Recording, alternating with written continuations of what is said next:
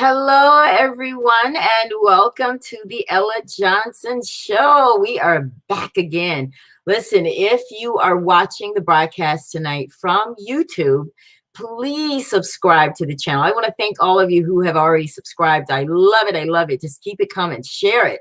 Also, if you're watching that way. But if you are watching from Facebook, I appreciate you just as much.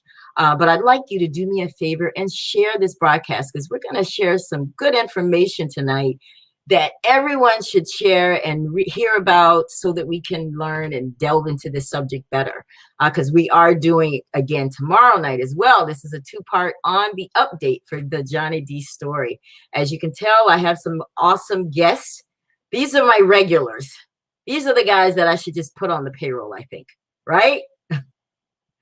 They're like, yeah, you should.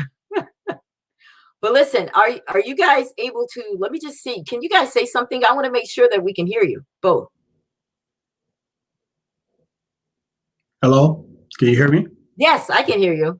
Good stuff. Pastor Chip, are you there? Yes, ma'am, I'm here. Yes. Good evening, everybody. Yes, I couldn't hear you. You listen, guys, before we get started, I definitely want to put some disclaimers out there, okay? Because we're talking about some sensitive information tonight.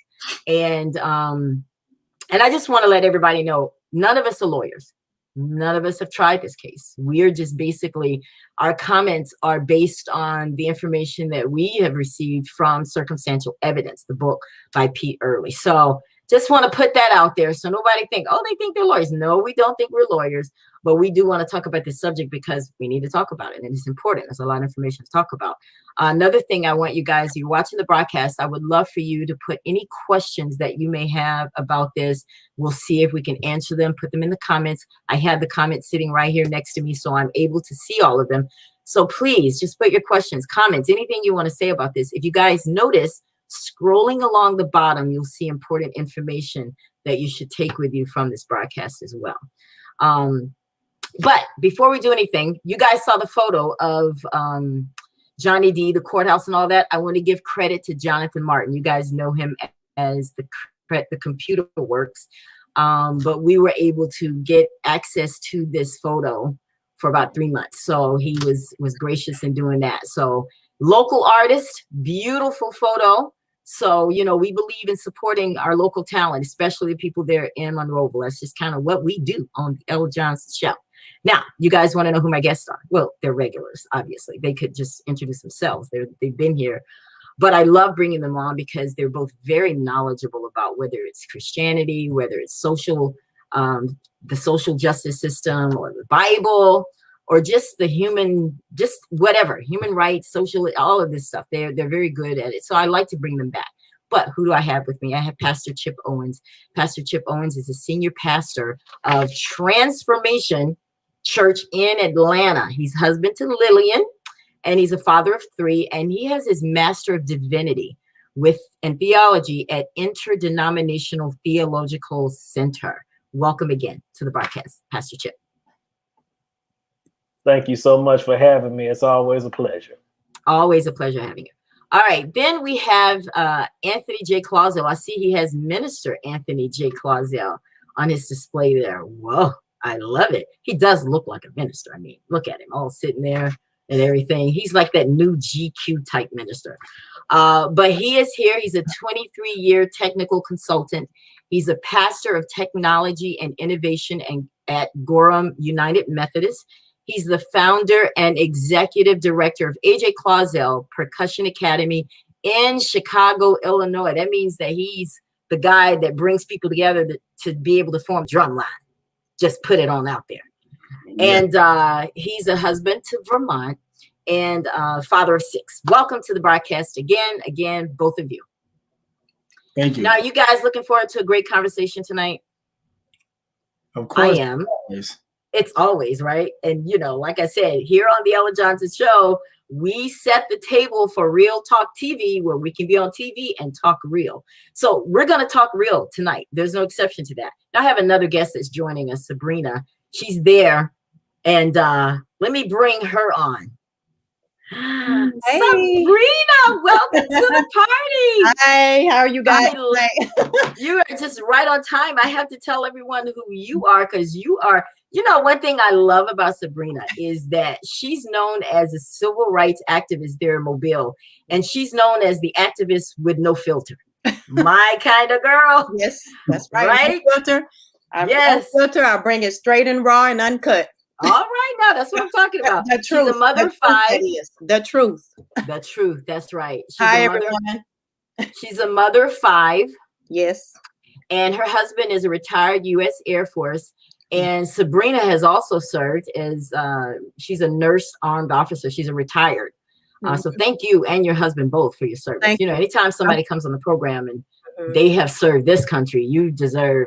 Well, actually, I'm a retired nurse and I'm currently an armed officer. I've been doing that for 5 years. Oh, armed officer? So if I need some backup, you got me? I got you. I got everybody. I'm well known in Mobile for, yes, I'm an armed officer, but I watch the officers.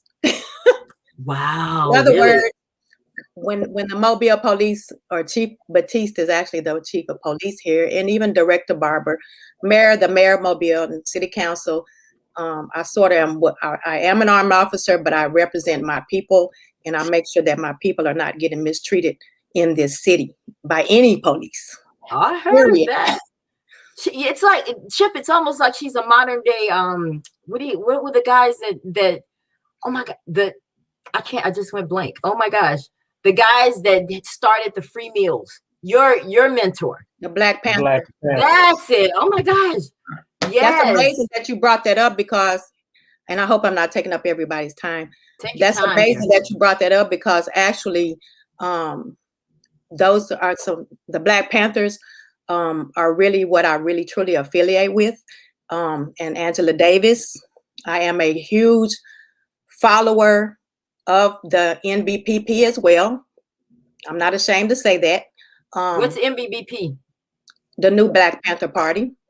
They're based out of Houston, because I am from Texas. I'm a Texan.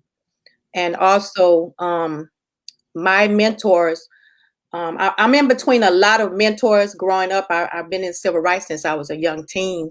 I love Dr. Martin Luther King and the great late Miss Coretta Scott King, Miss Rosa Parks, Malcolm X, I feel, and the Black Panthers. I feel like every one of these that have paved our way, Congressman John Lewis, I feel like we are all a part of each and every aspect of each one of them in some kind of way. I just feel, sometimes I feel like sometimes I don't even know who I am really, because I feel when God created me, I don't know, it seemed like I have so much of each one inside of me. All kinds of good stuff, girl. Yes. All kinds of good stuff. Pastor Chip is over there just nodding because he loves the people that you mentioned. Those are his mentors. What's his name? Fred Hampton. That's one of his mentors. Yeah. Oh man. That's amazing. And Malcolm X, he's got a braid thing going today, but if you go to his page, his profile looks I said, I feel you. I know where you were going with that, brother. I'm definitely doing the Malcolm X. But welcome, Facebook lurker. Yeah. Well, welcome all of you to the Ella Johnson Show. You're all here tonight because we are talking about a subject that's very important, because what happened to Johnny D has been known nationally as a miscarriage of justice. Yes, ma'am. And it's nationally known for that. And I mean, I don't think that's a good thing. I personally think that's kind of horrible. And I feel that it's a call for us. It's a call to justice. We need to do something about it. We need to be talking about it. And I personally think, as I was discussing with the guys before the show, is that the movie Just Mercy was a way for us. It was almost like saying, okay, guys, I'm going to give you a little something, roll with it. It opened the door for us. Now, granted, and Chip did say this too, he said, oh, listen, the movie was great. That's Hollywood, but they go home. Mm-hmm. And that's kind of where we're going to pick up from. Is let's talk about, this week. I was fortunate enough to have quite lengthy conversations with Pete Early, who is the author of Circumstantial Evidence. And that book, for those of you that don't know who he is, I'm going to pull this up right here real quick so you guys can take a look at it. He is the author of Circumstantial Evidence, Death, Life, and Justice in a Southern Town. And this book, wow, if you have not had a chance to read it, whoa. I haven't read all of it, but I talked to him today. We've been talking off and on. And I just want to say, for the record, to all of you and to all of you that are watching the broadcast, Pete Early has agreed to join us in our petition to reopen this investigation. That's Because awesome. little did I know from him, he confirmed with me today that he has already been trying to do that. Wow. So he's looking forward to, after the broadcast, he wasn't able to come on tonight, tomorrow. He had other engagements, but he just wanted us to know, and you all to know, that he is with us. Wow. Because he really feels like this was a serious miscarriage of justice. So let's dig in. Now, have either of you guys heard about the book? I've heard of it through you. Okay. Thank you for being very informative and enlightening the public on these authors, because there's so many out there, and sometimes we can get caught up in the cluster of it all. And I appreciate that you letting us know these familiar people, because I would definitely want to encourage my own educational level and mentality to learn more. So wonderful. I found out about it through you. So I do plan on buying the book. Yeah, reading it. I'm loving it. I'm definitely not halfway through it, but I learned a lot from what I did. Now, Anthony, I know you have some issues. Got a little issue with the book. We're going to get that out of the way so we can delve into the meat and potatoes of it. Now, let's go ahead. Talk to me about, because I know you like the book, but there was something in there. Oh, that's my daughter-in-law. Hey, hi, daughter-in-law. She's the computer whiz, just in case her mother-in-law is crazy around here. Okay. Sorry about that. So, Anthony, talk to us about what issues you had with the book so we can move on past that. Sure. So I will put the disclaimer out there that I'm in the process of reading the book. I have not completed the entire book. In the sections that I've read, which is basically the beginning and the first few chapters, Pete's commentary in terms of how he sets the stage from Monroeville perspective during that time, he most definitely highlights the segregation, right? You have the Black community and you have the, as he called it, the upstanding, white community that Rhonda was actually a part of. Well, the issues that I actually take to heart with how he actually describes the Black community, Classell is my ancestral community. So I was born in that community. My family is in that community, and everyone who is in that community is a part of my family.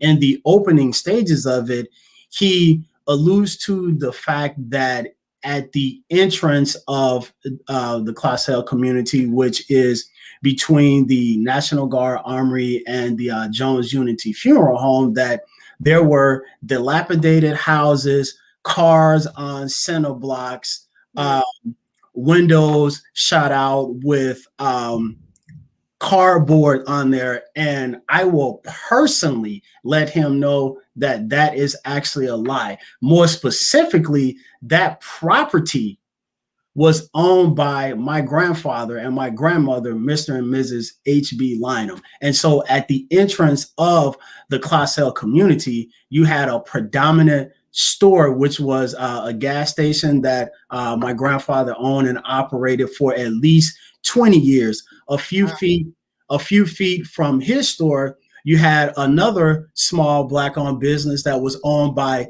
Billy Bradley. And all the property that was actually surrounded by this interest were houses that my grandparents owned and lived in, as well as rental property, right? And just above, if you kind of want to look, into a sky view, you had the Letts family home, which sat at the entrance of the Classell community. So it was well endowed. So I don't know if Mr. Early has ever been to this part of Alabama. And if he has, I don't know what the hell he actually saw. Maybe he needed to correct his eyes during that time period.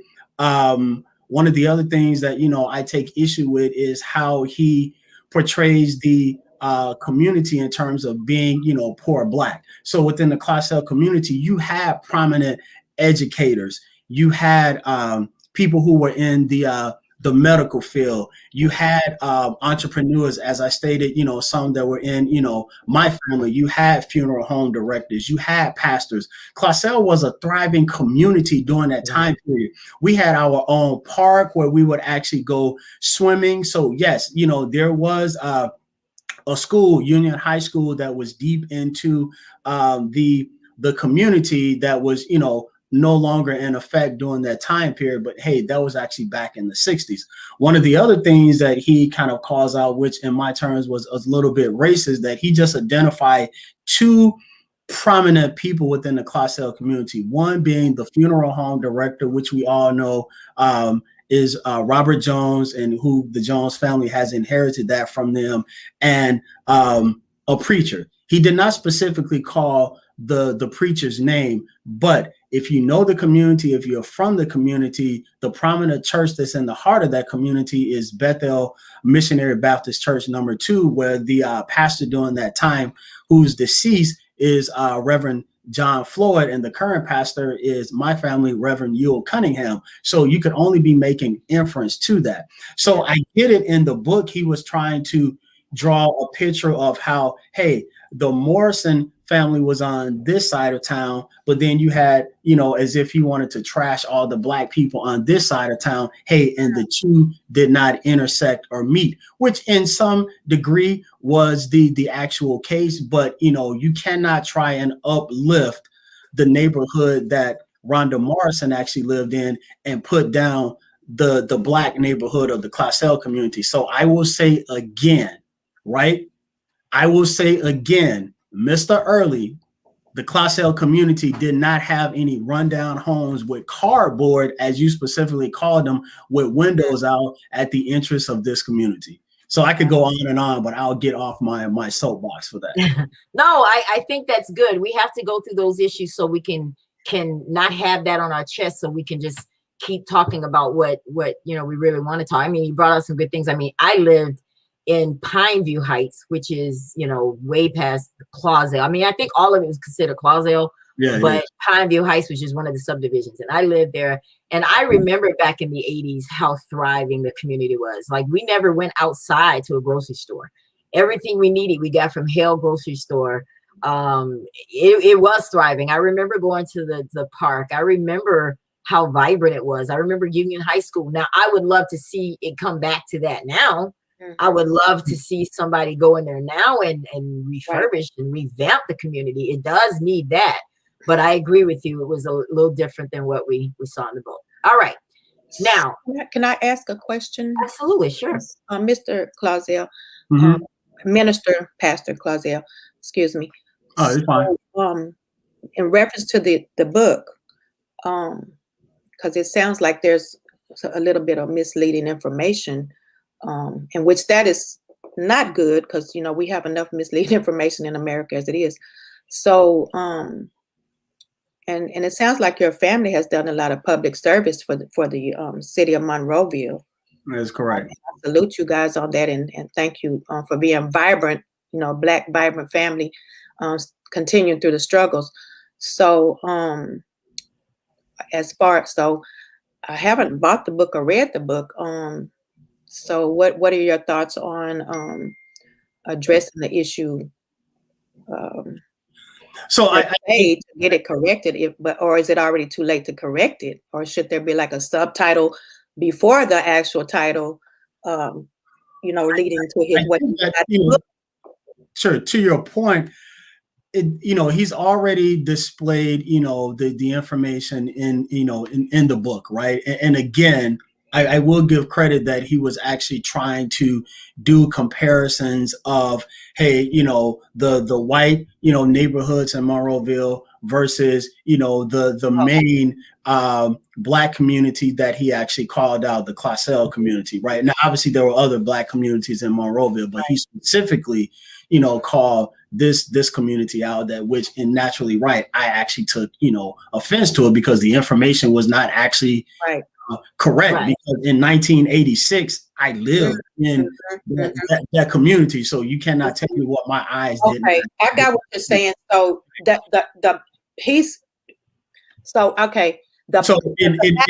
then and now was misinterpreted.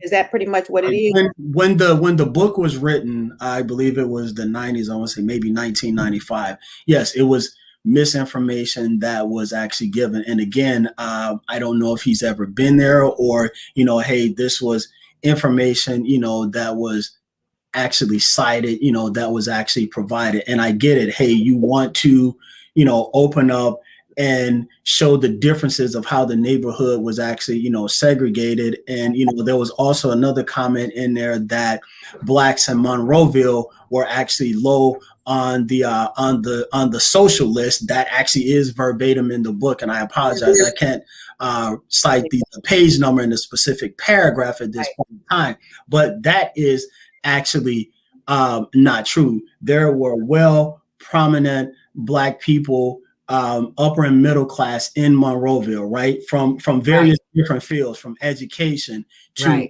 law enforcement to military to entrepreneurship to undertakers to pastors. So again, the information that is in there, just to be clear, is actually misleading to open the stage and depict and show the segregation of this specific community. Yes. Okay. All right, guys, let's move forward because that is very important. But what's more important and most important is what this book is about. This book, brings out a lot of different facts about what happened in Johnny D's case. Now, Monroeville is known, and those of you watching are very familiar with what Monroeville is all about. It's known for the To Kill a Mockingbird, in most circles around the world. That's what they want to talk about. But it does have a stain on it now because of Johnny D, Just Mercy. And now the world knows that, wait a minute, in that town, it's not so perky like we thought it was. They actually mistreat the black people that live in the community. So we want to talk about that because we want to know why we aren't talking about it. So that is all about to change. Now, people that are watching this broadcast, you're affected in one way or another about this story, whether you knew Johnny D, whether you're a family member of Johnny D, or whether you just want to know more about this. And what the purpose of this show is tonight, the purpose is we want you to understand why we had to take the next step. Because on the last broadcast, we talked about Johnny D. We talked about the case somewhat. We hinted around on some things. And we also talked about how we needed to do something about it. So we did something about it. And we're going to get to that a little bit later in the broadcast. But I want to, Pastor Chip, this is very important. Because, people say, Ella, we just have to let the Lord handle it. I've been hearing that my whole life.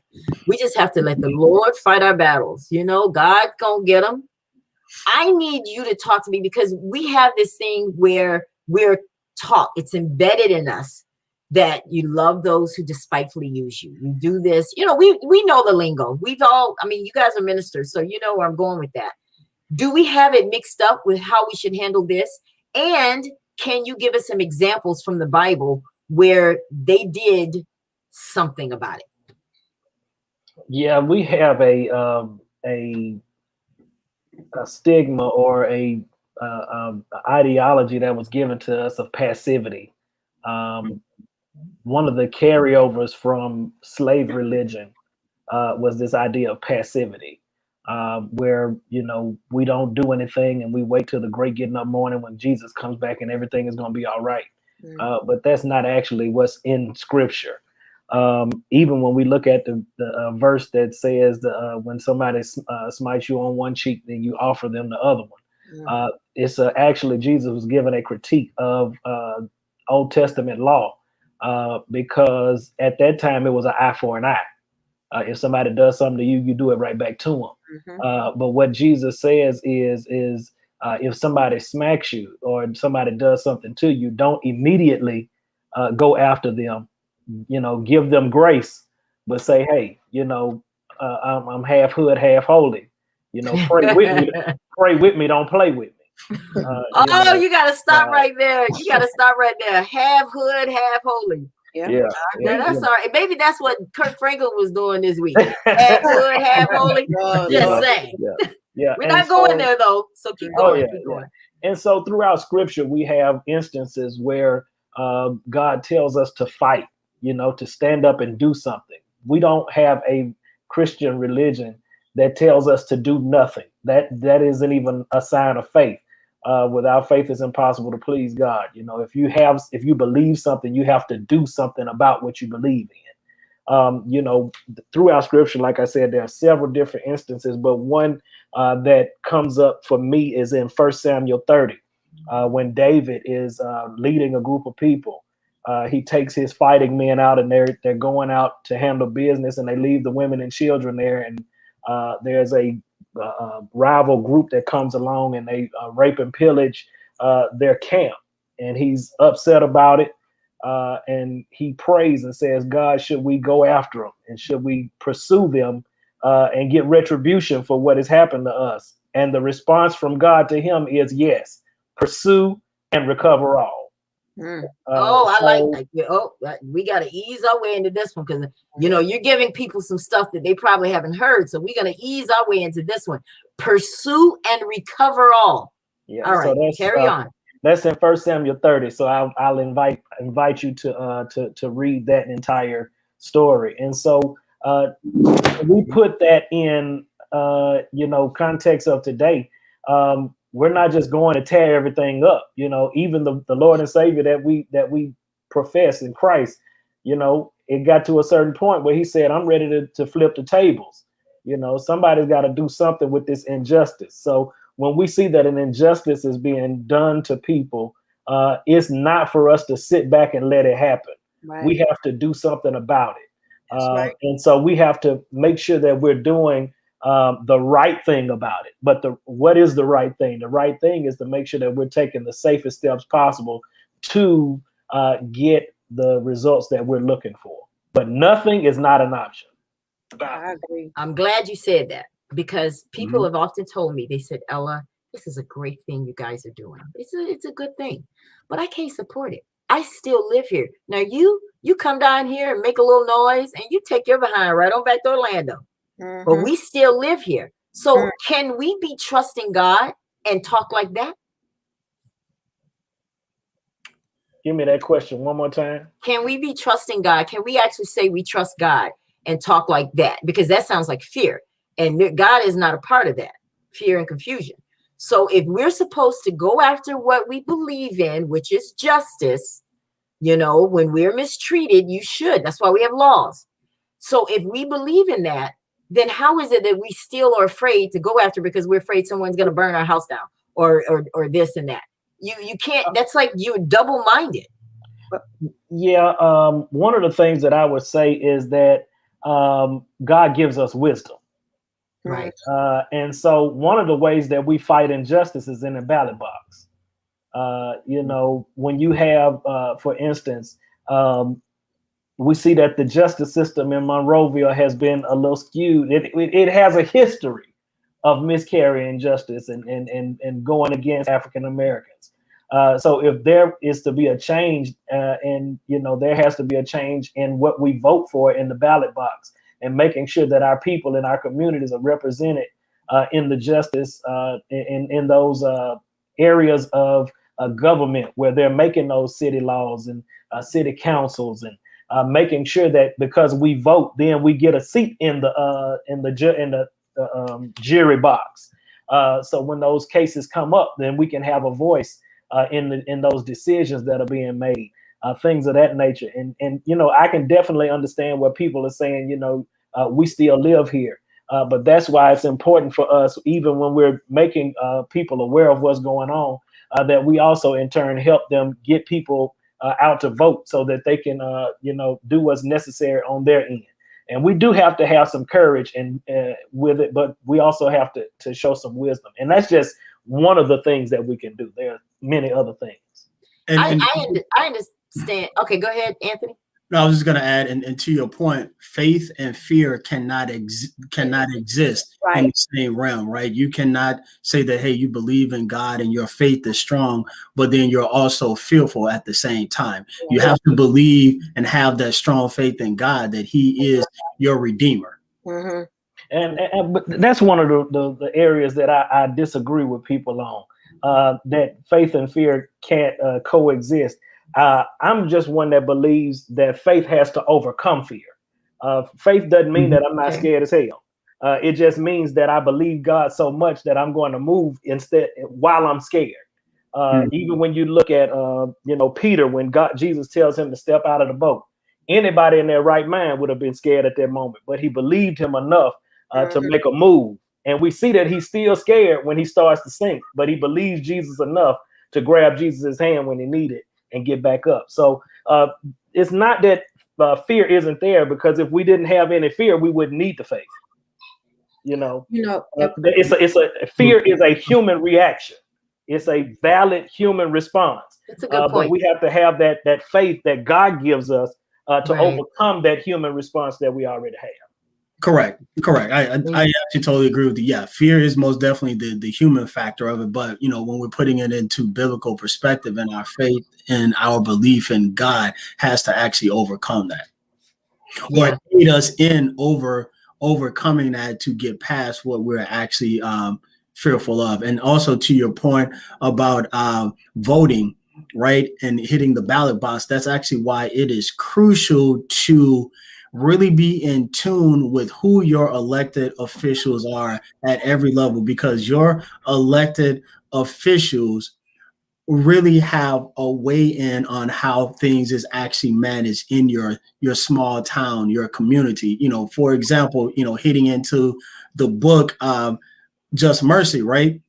Tom Tate had only been in office 4 months before this occurrence actually happened, and really looking at, he did not really have the law enforcement background other than maybe, probation officer or parole officer, right? But that's not a law enforcement background with the skill set to be a sheriff of a town and basically be able to have the knowledge and the wherewithal to conduct a murder investigation that we've actually seen here in this case, right? That goes against who voted for him and who did not vote for him, right? So voting most definitely is a powerful piece. That is how you get your voice heard and really be in tune with the officials that are being on the ballot. You have to really look at their character, really look at what they actually. But they lie, Anthony. They lie about what they're going to bring to the table. That is most definitely true, that they actually do lie. But again, you have to figure out a way to undercut some of that, and knowing that, hey, that's just a politician, and then really kind of look at what their values actually stand for. And yes, we know that the whole justice system in Monroe County has been disproportionate against the Black community. And we have to definitely go ahead, Sabrina. I'm sorry. I didn't mean to cut anyone. Everyone has some great valid points, and I mean, really just a lot of knowledge and wisdom. I'm embracing it all. My thing is, you're talking about faith and fear. I don't know where I fall into faith and fear, but anyway, my thing is, I'm from Texas, born and raised. My husband's from Mobile, Alabama, so that's how we ended up in Alabama. When I moved to Alabama, I faced a very different cultural war. With just everything, with the divide in Alabama, between the Blacks and the whites, because I've been here for about 17 years. Immediately, I hated Alabama. I'm sorry to say that, because I felt like I didn't know what was going on. It was a cultural thing.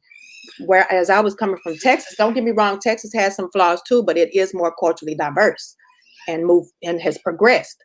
So, I questioned myself, many times, and I was angry with my husband for a long time. Like, why would I be here? Why am I in Alabama? This is just not for me.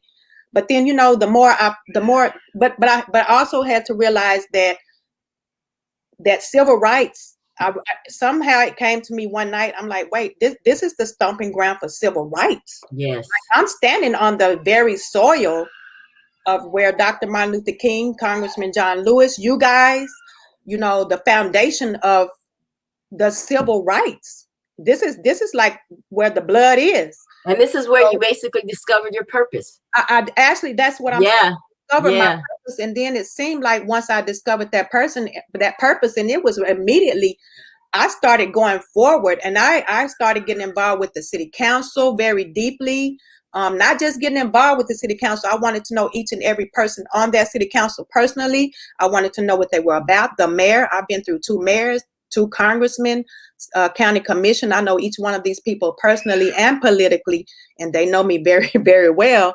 And I just feel like, you know, what we have to do as a minority people, we have to get in and we have to go forward. We can't show our fear, because we have to understand that the likes of Dr. Martin Luther King, Miss Rosa Parks, Coretta Scott King, Congressman John Lewis, these people were humans as well. They put that fear to the back burner. Yes, that's where I was going. I'm sure every time they went out, they thought, I may not make it back to where I'm supposed to be alive. And honestly, in Mobile, Alabama, I walked that walk. But then I think I've gotten to the point, or I know that I've gotten to the point that so many people in the community, Black, whites, Asians, everybody knows me here, and they know what I stand for. So what I'm trying to say is, I didn't know what path I was going. I was never fearful. I was confused. Like, why is everybody so divided? But I am here to say that when we take a stand, it might only take one person. I'm a female. I am one Sabrina. But I tell you what, when I walk in these buildings in Mobile, Alabama, the congressman's building, the government plaza with the city leaders, the mayor, they take a stand. The police, they don't know whether I'm coming in peace or I'm coming with drama. Well, Sabrina, let me ask you a question. Did you answer that question? Why are we so divided? Have you found your answer? Well, I feel like we're so divided because sometimes we have to look at ourselves as a minority and see we're letting them feel superior. They're not. They're not superior. They're inferior, just like we are inferior to the Most High. Our day is set. So I feel like it's a divide because we have to step out and we have to bring them into our world. Like, I'm not going to go into your world. You come into my world. And then when you come into my world and see how my people feel, then maybe I can think about your people. But until then, you're going to come into my world and you're not going to have a choice. Because what you're going to do is go into society and treat my people, whether they're from the poorest part of the city or the richest part of the city, we're going to get treated with equal justice in this city that I live in. And that's what I'm known for here. And I don't, and I'm thinking about Monroeville, like I'm looking at, Minister Clausel, Pastor, Owens, even you, Miss Johnson, you guys are some powerhouses. And I guarantee if you go to that town hall and rattle up a little, let them know, listen, we are. Well, that's what we're talking about tonight. If you just tuned into the Ella Johnson show, we are talking about the Johnny D Stories update, because from that broadcast, the initial broadcast, 2-night broadcast that we did, we talked about, that we were going to take some action. Well, we did.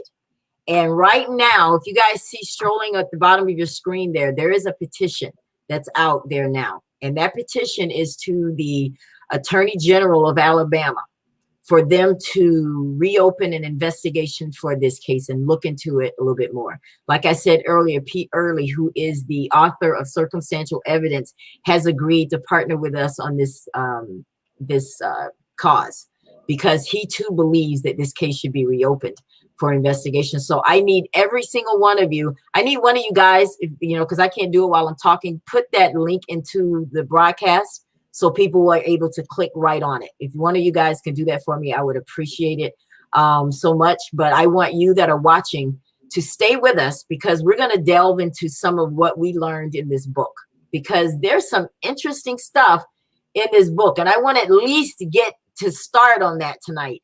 And we're going to finish up tomorrow night, because what we need you to do is understand why this petition had to be done, why we are acting in faith and fear, if you will, Pastor Chip.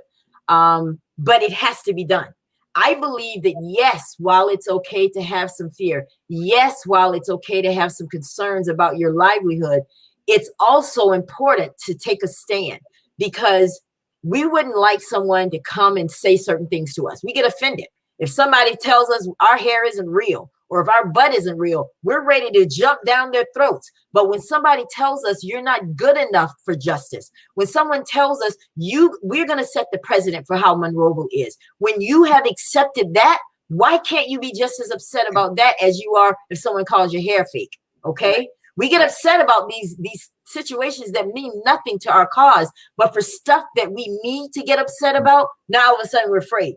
Now all of a sudden we just want to stay, well, Ella, you know what? Let somebody else do it. Who is the somebody else? Mm-hmm. Who's better to talk about what's going on in Monroeville than us? Right. Just Mercy set a pace for us to follow, because we now have the message out there. What are we going to do with it? We have a Black mayor in Monroeville now, which is awesome. I look forward to an interview with him. And we have some advances that we can take advantage of. And what I understand, the city council is predominantly held, the positions there are held by African Americans. So we are in a position. Wow. Okay, we can't take this opportunity and do nothing. Mm-hmm. You have people out here that are fighting to reopen the investigation that have nothing to do with Monroeville. So we definitely, listen, guys, my heart and my passion. Let me tell you why I'm so passionate about this. One, I'm obviously from Monroeville. I'm a native. All of us are, with the exception of Sabrina. Pastor Chip, I think you're a native of Monroeville too, but if you're not, you are now. But I'm passionate about it because, guys, like 2 years ago, I was in a surgery. It was an emergency surgery that I had. I was losing blood. I didn't know where it was coming from. They asked me, why are you losing blood? I don't know. Aren't you the doctor? And, make a long story short, I had to go into an emergency surgery. During that surgery, I died. Okay. Yeah. I actually died because I lost a lot of blood, too much blood. That's right. So if God allowed me to come through that, there's a reason. So I made a promise to him that my life moving forward would be all about him. And this is why I'm so passionate, because if someone's going to speak up, might as well be us. What is there? I understand. And that's why it's good for me to do it, because I do live in Orlando. But if I lived in Monroeville, I would still do it, just for the record, because this was wrong what happened to Johnny D. Now, for those of you that are watching this broadcast that may not know what happened, let's give them a little overview, Pastor Chip and Minister Anthony and Sabrina, just for a second. Johnny D is an African-American. He was in his 40s, okay? And he was doing well for himself. He had his own business. And this white woman, 18-year-old Rhonda Morrison, God bless her. God bless her family. I hope that they're able to watch this broadcast and know that we're fighting for you too. But she was killed. She was working at dry cleaners on the morning of November 1st, 1986. And she was working. Someone comes in, she's dead. There's a lot of facts that I kind of glossed over, but we're going to delve into it. But she was killed nonetheless. Johnny D was the one that they got 3 people to say he did it. One was an African-American and 2 Caucasians. And all 3 of them made themselves be a part of it, to where they were able to say, yep, I saw him standing over the body. Yep, I saw his truck in the driveway. All these things. And without a trial, I need you guys to understand this, because this is why I get so annoyed when we are afraid, because without a trial, he was sent to death row. Do you guys know what that means? That means that they sentenced him to die even without a trial. Where else in America can that be? Weren't we taught that we get a fair trial, Pastor Chip, Minister Anthony? Weren't we taught that? Well, why did that change when you're Black? I tell you why it changed, because he liked white women. Let's just put the truth on out there. So he made himself a target. He became a target because of that. But that's no reason, because, people were doing that all the time, just doing it in private, but he was out in the open with his. Nonetheless, he was sent to death row, guys, to die for something that he did not do. For crying out loud, he was at a fish fry. Now, let's bring out some stuff. And to make a long story short, he was sent to death row. After 6 years, he was released. Now, that's the overview of it. Now, Pastor Chip and Anthony and Sabrina, I want to talk to you guys about some stuff I learned from the book. Chapter 50. Those of you, I encourage you to go out and get this book. I'll bring that picture up at the end of the broadcast so you can see it's actual circumstantial evidence. There are some key things I want to bring out that when you hear them, it should make you angry. If this doesn't make you angry, then something's wrong. If this doesn't make you want to move something, something's wrong. That means you are too comfortable. And I know it's like, well, Ella, no, I don't have to understand, because I know that this man was innocent. How would you feel if this were your brother, your uncle? This man stayed on death row for 6 years. You guys don't understand. There was no evidence that should have put him there. for 6 years. He eventually died after he got out, I think 2013, early onset of dementia, but the system killed him. And I think he is due justice, because you know what? No one paid the police. Chip, what happened to the police? You and I were talking about this before the show. I want people to really get to the meat and potatoes of this. What happened after he was released when Equal Rights Initiative, which is Bryan Stevenson and their group, they tried to get something going. They tried to go after these police. What happened? I'm going to reflect Minister Clausel. So it basically fell on deaf ears, right? So the whole prosecution team, as well as the city of Monroeville, there was never an apology and an acknowledgement to him at that time and his family that they put an innocent man on death row. Okay, right there. What does that make you feel, Sabrina, when you hear that? An innocent man on death row. Tell me briefly, what did that mean? What does that make you feel when you hear that? It makes me feel angry. Okay. It makes me feel angrier, you know. It makes me feel sad. And it makes me still, even though he's gone, you know, we have to understand he still has a family out here that's still impacted by this loss. Absolutely. Incredible journey that he took for 6 years. Not, you know, I can't even imagine being locked up in a cell away from the people that I love, knowing I'm innocent and just thrown in there as an innocent person. That's just despicable. Well, let me tell you guys something else. Let me tell you why we had to file this petition and why we're going to get a lot of signatures.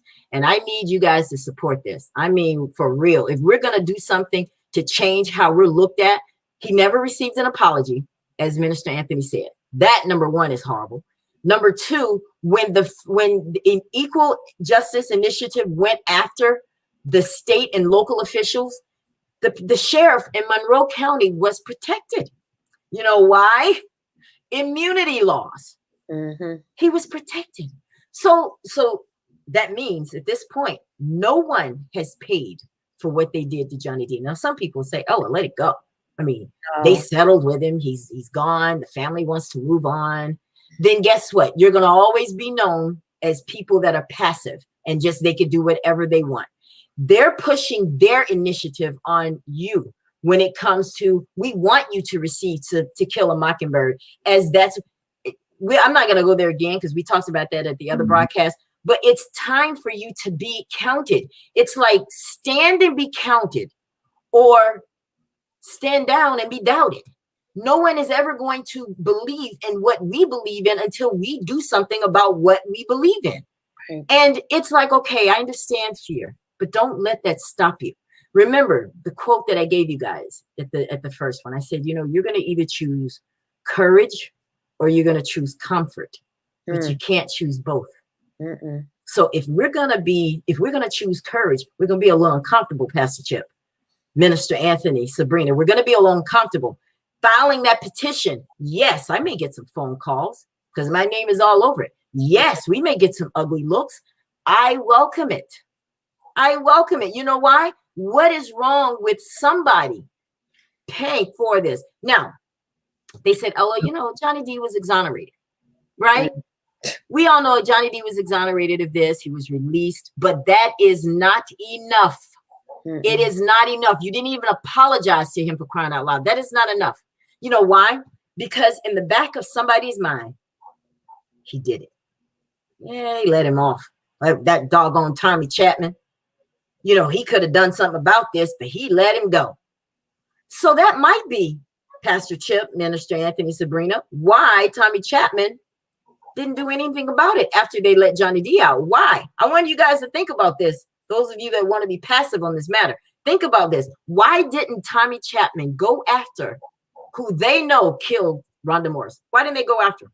Making it seem like we just couldn't figure it out. But you had so much faith in Johnny D in being the one.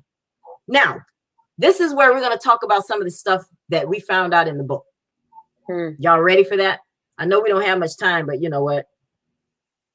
Time is nothing. We have all the time we want. Y'all don't have anywhere to go, right? Good on it. Because, girl, listen, let me tell you, I'm juiced up, I'm piped, I'm honey, and I'm hot too. Yeah. I told Pastor Chip, he's like, Ella, why are you so hot, man? I'm under all these lights and I got this long sleeve. But let's keep it there. So, you know, Ella, to your point that you was yes. actually right. So one thing that you actually have is that this was a bumble of a case from an investigative standpoint, right? You have a small town sheriff's team with, you know, really no thought leadership from a Tommy Chapman perspective, because let's just put it out there, right? He did not have the experience to actually be, you know, sheriff, right? Somebody just threw him in for that point, you know, at that point in time.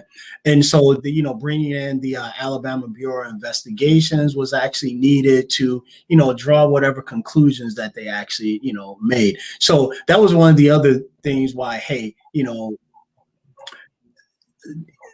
in what you actually mentioned with regards to, you know, the onus being put on Tommy Chapman. And one, it was actually an embarrassment, right? For him is like, all of this has actually, you know, gone on. I threw an innocent man on death row without a trial, right? So it's just like, hey, I went to his home, picked him up in his truck, and I took him right down to Holman facility and locked him up for 6 years.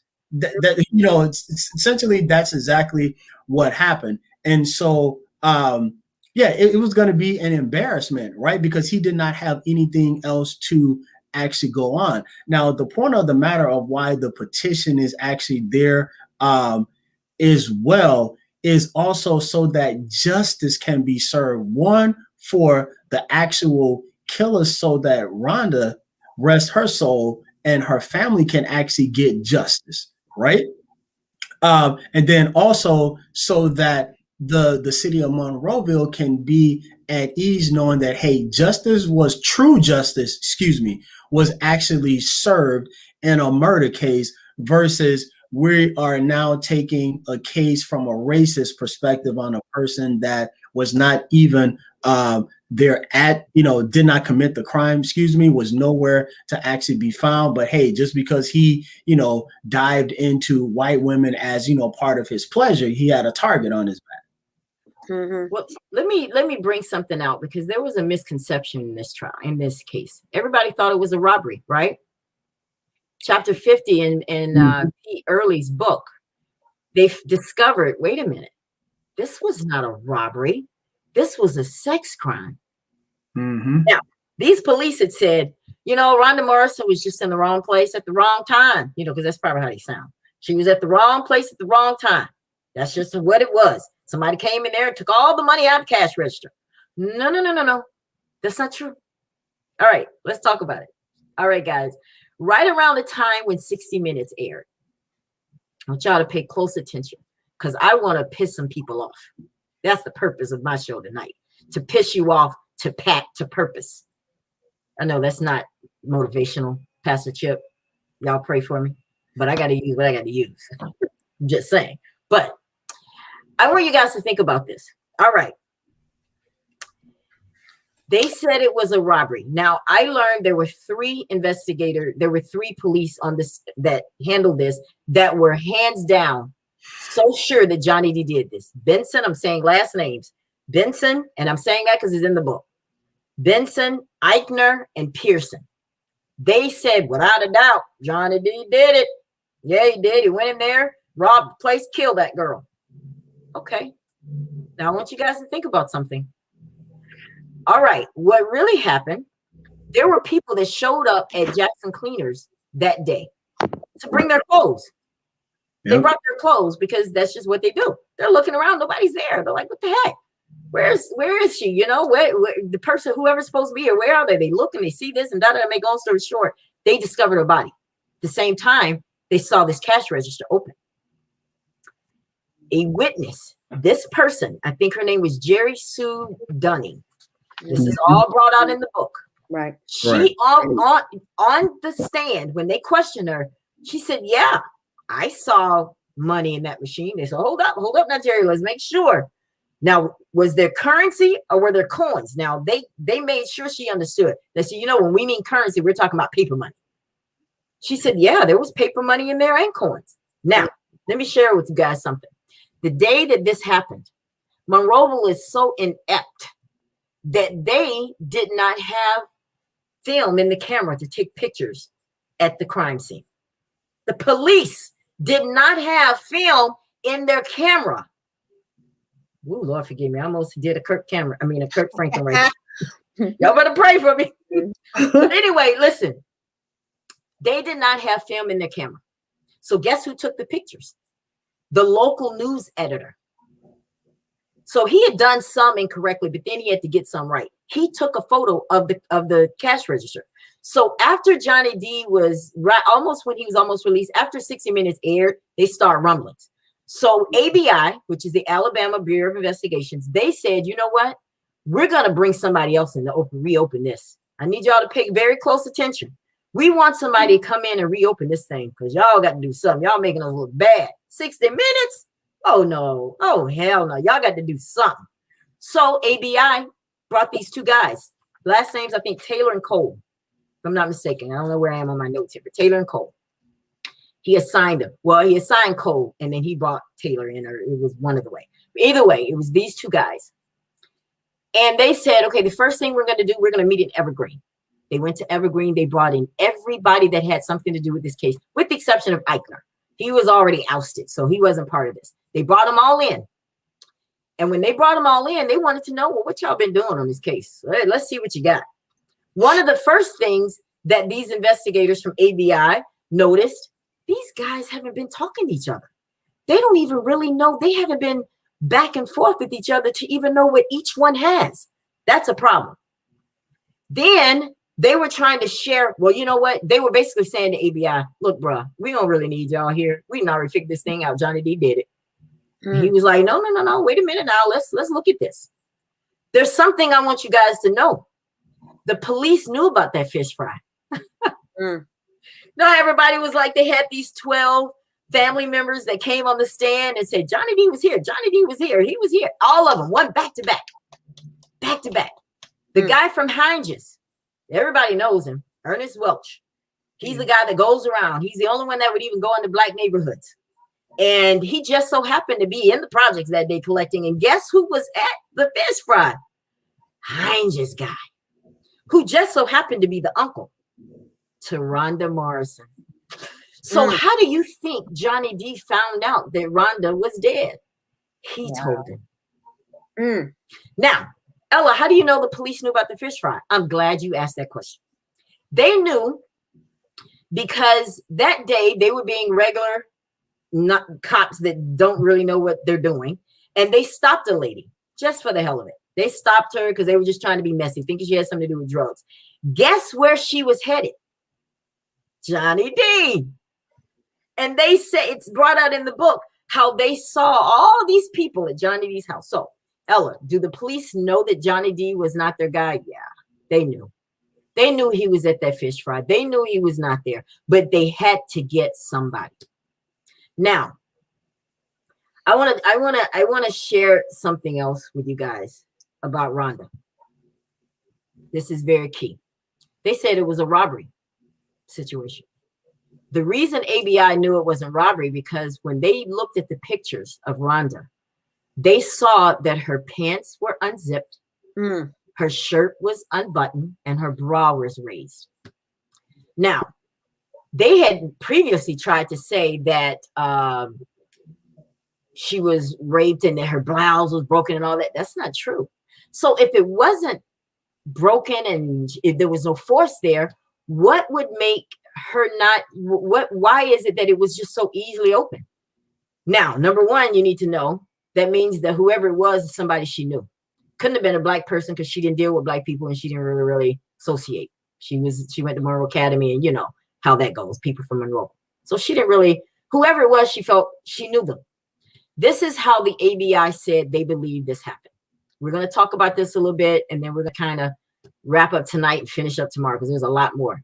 They believe that when she got to work, she was in there. This guy came in who she knew.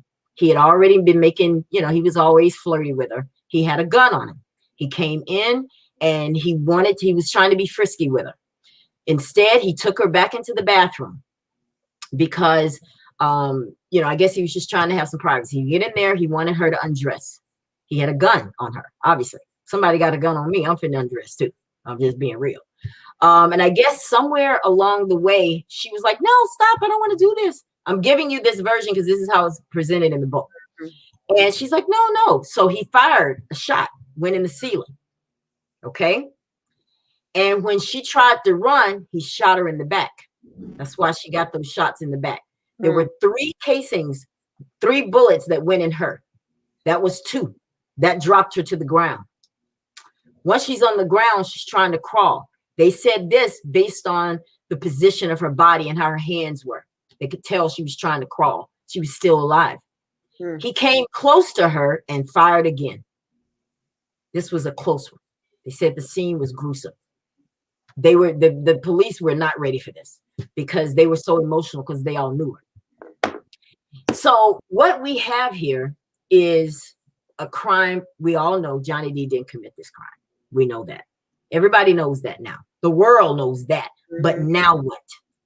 And she also had a slap on her face. They could tell that her face had a slap on it. So that means that he probably slapped her to get her to do what he wanted. Do you guys want to say anything about what I've said so far about what this is how the ABI said, no, this was not a robbery. This was a sex crime.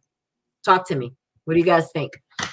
This, going back to a question that you asked, you know, it sounds like the vestiges of white supremacy.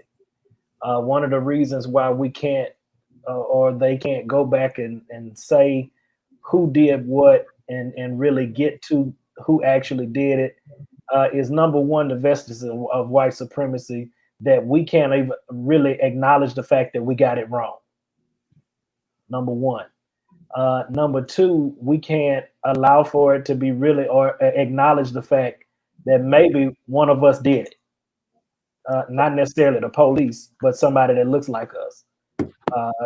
So these are the vestiges of white supremacy. And even with that, it's important to know that whiteness does not just apply to people that have white skin. Whiteness is an ideology. Okay. And this ideology, if we look at the book After Whiteness by Willie Jennings, he postulates to us that it is the idea of being a self-sufficient white man. So anything outside of a self-sufficient white man is the other. And so we go against the other. So if there was a self-sufficient white man that could have possibly had anything to do with it, then we got to go and find somebody who is not that to answer for this. That's deep. That's and deep. Most definitely a patriarchal society, as Pastor Chill was actually mentioning. So that again, to his point, is the epitome of white supremacy, but also to a patriarchal society. Well, my thing is, first of all, if in my intellect, we're talking about a small town, Monroeville, Alabama, right? And let's talk about 1988? What, 1988? 86. That was when he was yeah. Okay, when this crime happened, right, in 1988. 86 is when it happened. In a small town such as Monroeville, Alabama, I just cannot picture, because there definitely was, I'm sure, some very deep racial friction, very deep at that time still, because we're dealing with it right now in 2021. So I cannot imagine in 1988 a black man going into a private business, doing this to the Caucasian lady, in there that long, raping the girl that long, doing all this, killing her in a gruesome way in a not a black man in a small town like Monroeville. That's too much time span in there, because I'm sure he knew there was racism. He knew there was racism. So, does that make any sense what I'm saying? That's a lot of time dealing with one person to do such an act, instead of getting in. If you're going to, I'm just thinking, if in a small town like Monroeville in 1988, that's a lot of time spent in a laundromat with the Caucasian ripping her clothes off, taking a gun out, running out with her, shooting, not and you don't have any of your brothers with you out there with you for backup. You're just going to go out there and do all this and I more than likely a Ku Klux Klan setting. I like the comment that we just put up from Claudette. That is a very good point. I wanted to bring that up again. She said, not only does Johnny D need to be exonerated, Rhonda's mother needs some closure. Her father is no longer with us. And she says, I would love to see both families get some closure. I totally agree, Claudette. I totally agree, because this is twofold what we're doing. I personally don't think Johnny D can be completely exonerated until the killer is found. And I think Rhonda Morrison's family deserves to know what happened to their daughter. So that is why we have started this petition. I need each of you, before we get out of here tonight, because we're definitely coming back tomorrow. We're going to jump right into this story again with what we learned in the book. That gives you guys a little more time to thumb through the book. But I want you guys to look into your camera and talk to people about why it's important for them to sign this petition. Because all of you have. Why do you think, what do we need to say to the people as to why we started this petition and why they need to jump on board? We'll start with you, Minister Anthony. It's a couple reasons. One, we need to break the injustice that plagues within our community, within the Black community, right? We need to get past, as Pastor Chip mentioned, the whiteness scenario. We need to actually stand up, not for our rights, but for justice as a human being, justice as a person who is actually made in the likeness of God, right? And as we also mentioned, justice is actually needed so that both families can really truly heal, right? So, we've had the injustice that occurred with Johnny D's family. Then we also have really the injustice that happened to the Morrison family, because the actual killer has not actually been, brought to justice. And then we need to get Monroeville past the racism piece. And I know we mentioned this on the last couple of segments that we did. To this day, Monroeville Academy has no Black kids that actually attend there. And we all know why Monroeville Academy was actually formed back in the 60s, due to desegregation, because some of the white parents did not want their kids, even though desegregation had been passed, to still go to school with Blacks. So we need to actually get past that point. But the main thing here is getting justice for the family so that both families can heal, move on, and also justice within the community of Monroeville. And also, too, we need to get past Monroeville being the literary capital of Alabama, because, Harper Lee, that is a fictional book, right? Some of the data that is contained in that books may have a resemblance of what Monroeville was during that time period. Honestly, Monroeville needs to be remembered for Johnny D and how he was wrongly thrown, put in a pickup truck, and literally took to home in prison and put on death row.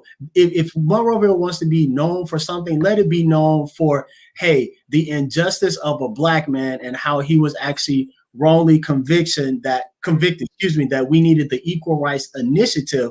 Thank God for Bryan Stevenson and the work that he's actually doing from a civil rights perspective to get this man off of death row. That's what Monroeville needs to be known for, not Harper Lee. Right. Thank you, brother. Oh, I feel like shouting. Right. Pastor Chip, why do people need to sign this petition? I would say that people need to sign this petition because of the fact of their compassion. Whatever your theology on hell is, whether it's a real place or not, one thing that we can say is that these two families have lived in hell. And even knowing that the young lady's father is now dead, he died living in hell, knowing that his daughter didn't receive justice. And the family of Johnny D is still living in a type of hell. Yes. Because they have not received 100% justice. So one of the things that I would say the reason why we need to sign this petition is so that these people can really find peace, that the spirit of the young lady and her father and her mother and Johnny D's family can actually rest in peace. Wow. Sabrina, and when you tell your reason, I want you to tell us what happens next, because this is your area. We have already put it out there. It's going to be put out in the change.org community, but we need you guys to sign. But what happens? Tell us why you think it needs to be signed, and then educate people about what happens and how many signatures we need. Okay, sure. Well, actually, I encourage everyone to sign the petition, because there has got to be some justice, not only in this case, but for all of the people that have been wrongfully convicted. But we're going to focus on this case, because when we talk about injustice, I have Black sons. Okay, when we're talking about injustice, these things are not far from knocking on our door. So we have to go out and support our brothers and sisters that are wrongfully convicted. Anytime we have the opportunity and the power and the strength to do that, then we should do that. And that's where I stand on this petition, because I'm definitely standing behind this. And also, as far as the legalities of it, the legislature and the law in Alabama, in most states, it takes at least 1,000 signatures on a petition, 1,000 at least or more, for them to even look at opening this back up. Once you get 1,000 signatures, they have to say, oh, okay, well, we have some people that are concerned about this, some citizens that are concerned about this. Let's go and see what's going on. That's what we have to do. And on a further step, the protests have got to start. They have to go to Montgomery, Alabama, to the Capitol, right in their faces. That's where Governor Kay Ivey is. That's where the legislatures are. And we're going to have to figure out how to get some powerful people, including myself, some powerhouses to go and stand and take a stance at this Capitol in Montgomery, Alabama. They don't like that, but hey, it is what it is. We have to stand up, and we can't be afraid, because really, honestly, if we look at kind of a little bit, if we look at what's going on in 2021 with President Biden, the beautiful Kamala Harris, and us people that went out and vote and we were taking things back. We have the power. The power is in our hands. We just have to keep moving forward and show them we are not one to be reckoned with. We're here. We're not going anywhere. We're multiplying by the day. The Black family is not going anywhere. We're staying here. We're going to be the last ones in America on this soil when it's all over. I guarantee you. So, Sabrina, to your point, one thing, else to actually add in getting people to sign the petition is that within the local Black church congregation in Monroeville, yes, we need your help, right? Pastors most definitely have a level of authority and a level of being able to call their congregation, within order within this manner. So if we can start there within Monroeville community, getting the local folks from the pastors, get your congregation to sign this petition, because none of us live in that area. Our roots are there, our ancestors are there, but it's going to have to start with the folk who have boots on the ground, the people who live there. So all of the predominant churches, Morning Star Baptist Church, Bethel Baptist Church, Hopewell CME, all the others, and forgive me if I did not call out all of them, because honestly, I don't remember. But start there. That's where within the congregation of faith, we can get this movement going. And if I may chime in on one thing, Ms. Johnson, please. The petition you have is awesome, and that's definitely a start. But when I'm talking about a petition, I live here in Mobile, Alabama. All I have to do is give me a pen and a paper and ask people to sign this piece of paper. It doesn't have to be on a legitimate, form. It could be on a plain sheet of paper with people's signatures. I can go sit at Walmart and ask people to sign this petition. I can go to my Black community where I hang out all the time, and they know me, and get petitions in that way. It doesn't matter where we get these signatures. as long as we get the signatures and okay, make it cohesive. So it doesn't have like to that be on change.org. We can go in our own. You can in Florida, you could do it there. You know, Minister Clazel, you know, Pastor Owens, you can go in your own cities and just get in the community and tell them what it's about and ask them, hey, can I get your signature? Can you support this? So their way, you're tripling and doubling up on your signatures, not just from change.org. That's a great idea. That's a great idea and great point. Thank you so much for adding that. Yes, ma'am. Listen, those of you that are watching the broadcast tonight, you know, we have made the first step because on this show, we said that we would do something about it, and we did. Now it's time for everybody that said, I'm with you. It's time for you to also do something about it. Yeah. You know, we talk a lot, but it's time for us to put that in action because guess what? Johnny D was our brother, our uncle, our cousin, our friend. Right. I didn't personally know him, but I don't need to personally know him. That's right. I know that what happened to him was wrong. That could have been my brother that this happened to.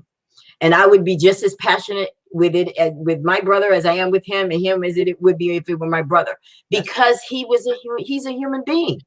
This system, guys, this system that you guys answer to every day killed him. He died from early onset dementia, but Johnny D was dead inside a long time ago. This man was just doing his thing, and he ended up on death row. And you know, something about that should move you. Yes, ma'am. I'm sorry, Ms. Johnson. You know, Minister Clazel, you know, to chime on what Ms. Johnson just said about the killing. You know, I've heard you many times in this sector talking about the book To Kill a Mockingbird, and you know that is actually a book that's taught in. Just so you guys can know, that To Kill a Mockingbird is a book that is actually taught in every state in the United States in a literature class. You have to write a paper on it. That was one of my first books that I had to write a paper on in Texas in high school. So my thing is, I agree with you on that. Now I'm going to challenge Minister Clazel on this. How about you write a book called The Killing of the Black Man's Soul in Monroeville, Alabama? How about that? Not a problem. I like to write. Because, you know, to get rid of that stigma of To Kill a Mockingbird, I would trump it with a bigger and a deeper and a factual book that's real deep to the real soul out here in America. And again, not to belabor the point, you really hone in on what I mentioned earlier, that, you know, if to your point, everybody has to write about or read To Kill a Mockingbird in every state that centers in on Monroeville, we need to actually flip that narrative, right? We need to change that narrative and have you read and write about an injustice of a Black man in a racially divided community, all because he liked to dive and play with white girls was the reason why he was actually thrown into death row. So let's write about that. Let's change that. That was my whole point, that Monroeville needs to stop being known for a fictional To Kill a Mockingbird and get into something real that actually affects change, right? That affected everybody's life in that community. And that's why I feel like Ms. Johnson, Monroeville native, Mr. Clazel, Minister Clazel, Pastor Owens, you guys, see, I can't write that book about Monroeville because that's your base. You know, that book right there, I promise, I just had this internal thing that would be so deep and so factual, and it's coming from you guys' roots. So I think that we're in a position, powerhouse, right? A powerhouse, and because it's the truth, right? Truth is always gonna cut deep.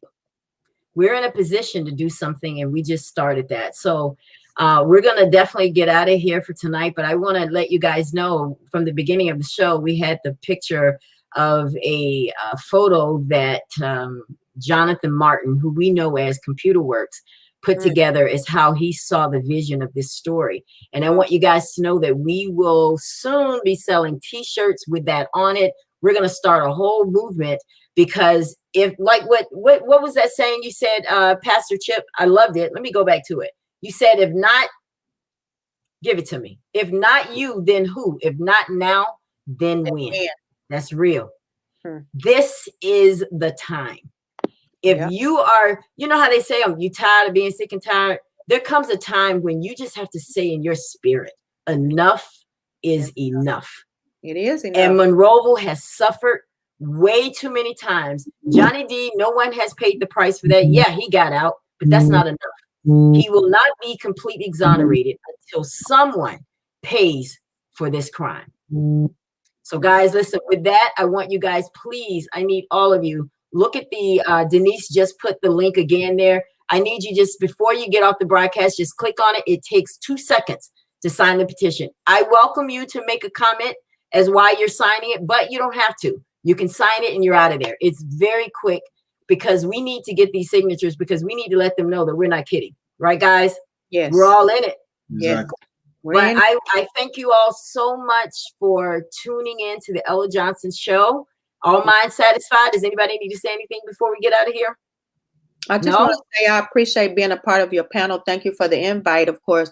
And thank you guys for enlightening me and, opening up more for my knowledge about, Monroeville, Alabama. I've never been there, but I plan on visiting pretty soon. All right, girl. Well, you might need that backup you say you got. I'm just saying. I mean, I'm just saying, when I roll into town, I'm stopping to Mobile first. I have to roll some people out of Monroeville, sounds like to me. Listen, you know what? Like Chip said, yeah, we can have a little faith and a little fear at the same time. I feel that because sometimes your natural body, I mean, you're lying to yourself if you don't think, okay, this is not a fearful thing that we're doing.